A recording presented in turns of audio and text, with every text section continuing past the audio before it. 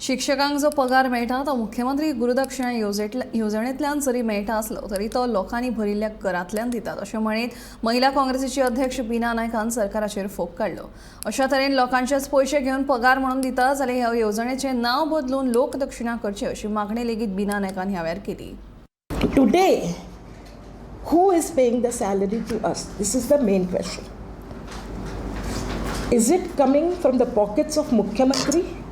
Or is it from the revenue that is being collected from the people of Goa that this salary of the teachers is being paid? I'm asking again the same question.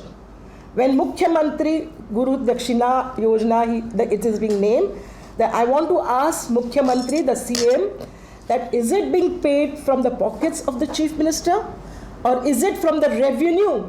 Or the taxes, or the fees, or GST which they have levied and started, is it from that the salary of the teachers being paid? So this is the main objection. That is why we object to this Gurudakshina Yojana. Now what are their plans?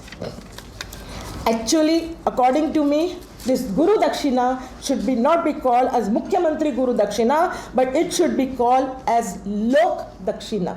It is given from the pockets of the people, and so instead of saying from the pockets of Chief Minister, it should be called as Janta Dakshina or Lok Dakshina, not Guru Dakshina from Mukhyamantri Gurudakshina.